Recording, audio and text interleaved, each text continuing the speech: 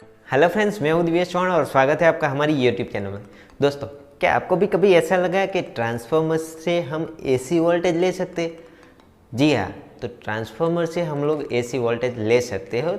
और इस वीडियो के अंदर मैं आपको यही बताने वाला हूँ कि कैसे आप ट्रांसफार्मर से एसी वोल्टेज ले सकते हैं, और अगर आपको उस एसी वोल्टेज को डीसी में कन्वर्ट करना है तो कैसे उसको कन्वर्ट कर सकते हैं। तो चलिए इस वीडियो को शुरू करते हैं।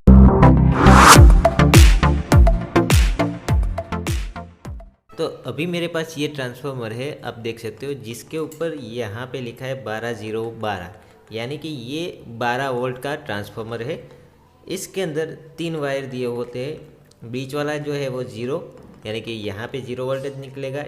इस साइड 12 वोल्ट और इस साइड 12 वोल्ट, यानी कि अगर आप ये दोनों वायर के बीच में कनेक्ट करोगे तो आपको 12 वोल्ट मिलेगा।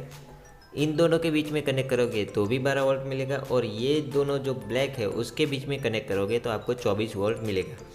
अभी यहाँ पे हमें ये चेक करना है कि इसके अंदर से हमें 12 वोल्टेज एसी मिलते हैं या डीसी। तो मैं आपको पहले ही ये बता देता हूँ कि जो ट्रांसफार्मर है उसका काम यही होता है कि जो एसी वोल्टेज हम 220 वोल्टेज इसको इनपुट में देते हैं उसको रिड्यूस करके आपको यहाँ पे 12 वोल्टेज देगा। पर जो 12 वोल्टेज हो वो एसी वोल्टेज देगा। कौन सा एसी वोल्टेज हमें ट्रांसफार्मर देगा? तो चलिए एक बार मैं आपको मल्टीमीटर से प्रैक्टिकली चेक करके दिखाता हूँ कि ये जो ट्रांसफार्मर है वो हमें एसी वोल्टेज देता है या नहीं। तो यहाँ पे मैंने हमारा जो ट्रांसफार्मर है उसके अंदर एसी सप्लाई दे दिया है।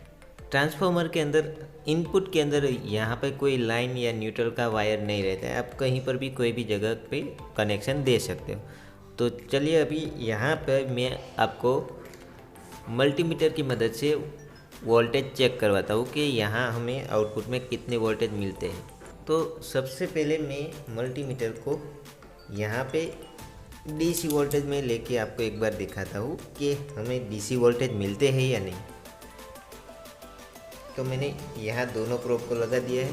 तो अभी हम लोग यहाँ पे इन दोनों वायर्स के बीच में वोल्टेज चेक करते हैं। तो ये मैंने अभी मल्टीमीटर को डीसी में रखा है, और यहाँ पे देखिए वोल्टेज हमें कितना दिखाई दे रहा है, 0.2 0.3 उसके आसपास। अभी ये दोनों वायर के बीच में भी आपको चेक करवा के दिखा देता हूँ। तो देखिए 0.6 0.4, यानी कि ट्रांसफार्मर से हमें डीसी वोल्टेज आउटपुट नहीं मिलता है। तो हमें चेक करना पड़ेगा एसी। तो एसी को चेक करने के लिए मैं यहाँ पे वोल्टेज एसी में 20 के ऊपर रेंज में रखता हूँ, और यहाँ दोनों वायर्स के बीच में चेक करूँगा।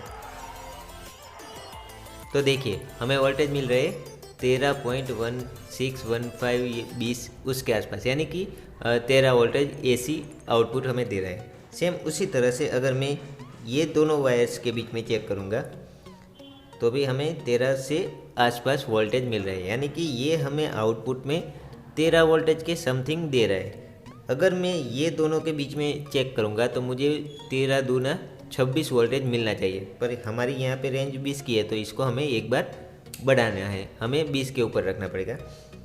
अभी यहाँ पे दोनों के बीच में हम वोल्टेज चेक करते हैं। तो देखा आपने, मिला हमें 26 के आसपास, पर ये जो हमें वोल्टेज मिला है वो एसी मिला है।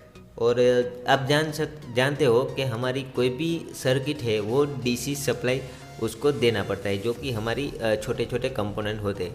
तो ये सर्किट के अंदर हमें जो एसी सप्लाई मिल रहा है उसमें से हमें डीसी में कन्वर्ट करना पड़ेगा। तो उसको कैसे करना है वो हम लोग अभी आगे देखते हैं।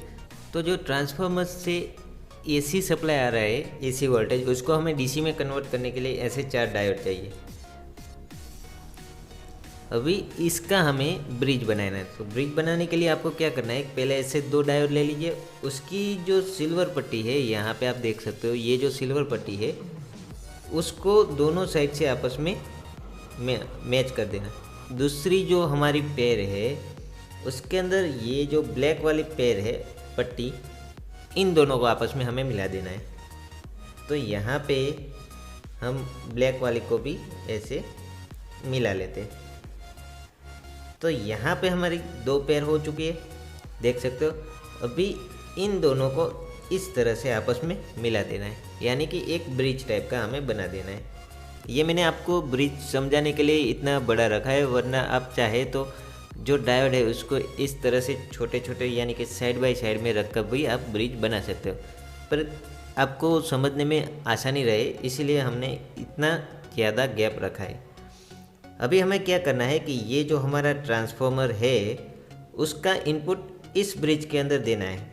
तो यहाँ पे आपको इनपुट किस जगह पे देना है वो भी मैं आपको बता देता हूँ कि जहाँ पे ये जो सिल्वर और ब्लैक पट्टी आपस में मिल रही है ना, ये दोनों साइड, तो वहाँ पे हमारा इनपुट रहेगा ट्रांसफार्मर में से।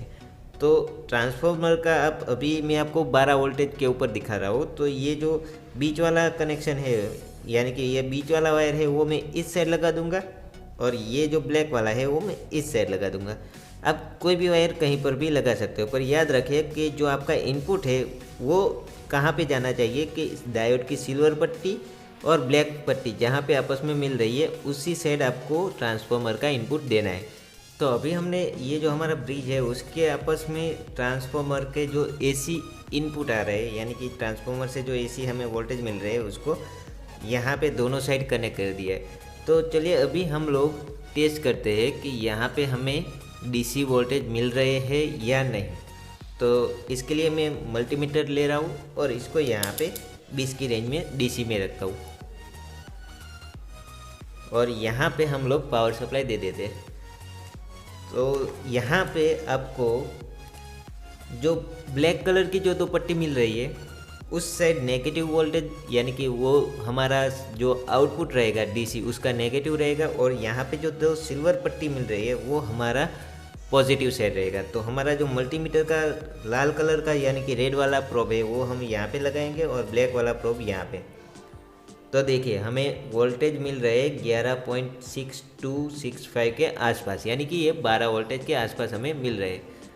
पर अभी हमें एक कन्फ्यूज़न और भी है कि क्या सही में ये डायोड एसी को डीसी में पूरा कन्वर्ट कर देता है या कुछ पोर्शन बाकी रखता है। तो चलिए यहाँ पे हम लोग उसकी तसल्ली के लिए वोल्टेज एसी में रख के चेक करेंगे।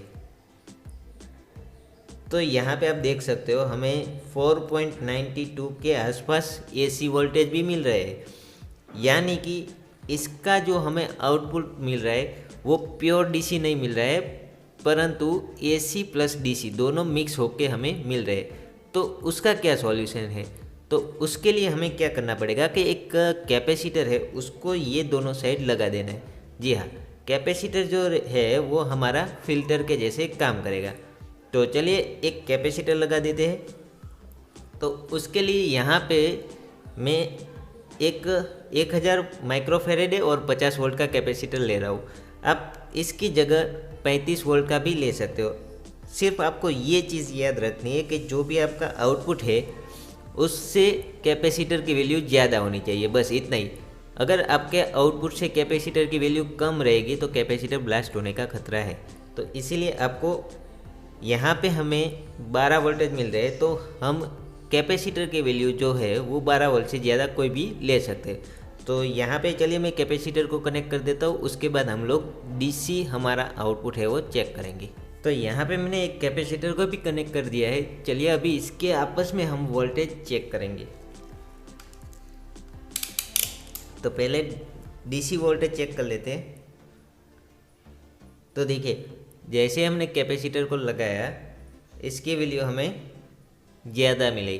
तो कैपेसिटर वही करता है कि आपका जो चार्ज है वो उसको स्टोर करता है, इसकी वजह से हमें जो डीसी में है वैल्यू ज़्यादा मिल रही। अभी इसको एक बार एसी में भी चेक कर लेते हैं कि एसी में हमें वोल्टेज मिल रही है या नहीं। तो देखिए एसी के अंदर हमें एकदम निग्लिजिबल यानी कि 0 वोल्टेज के आसपास मिल रहे हैं। इसीलिए जो हमें कैपेसिटर लगाया वो हमारा फिल्टर का काम करेगा। तो उम्मीद करता हूँ दोस्तों आपको ये ट्रांसफार्मर है उसमें से एसी और डीसी वोल्टेज कैसे मिलता है वो पता चल गया होगा, और एसी वोल्टेज में से डीसी वोल्टेज यानी कि ब्रिज रेक्टिफायर कैसे बनाना है वो भी आपको डिटेल में पता चल गया होगा। अगर फिर भी आपको कुछ भी डाउट है तो आप हमारी कमेंट बॉक्स में लिख सकते हो। उम्मीद है दोस्तों आपको ये वीडियो पसंद आया होगा। अगर आपको वीडियो पसंद आया है तो वीडियो को लाइक कर दीजिए, और अगर आप हमारी चैनल पर पहली बार विजिट कर रहे हैं तो चैनल को सब्सक्राइब करके बाजू में जो बेल आइकन है उसको भी प्रेस कर दीजिए, ताकि आप लोग हमारे आने वाले सभी वीडियो के नोटिफिकेशन कभी मिस ना कर सकें। मिलते हैं अगले वीडियो में, तब तक के लिए अपना और अपने परिवार का ख्याल रखिए।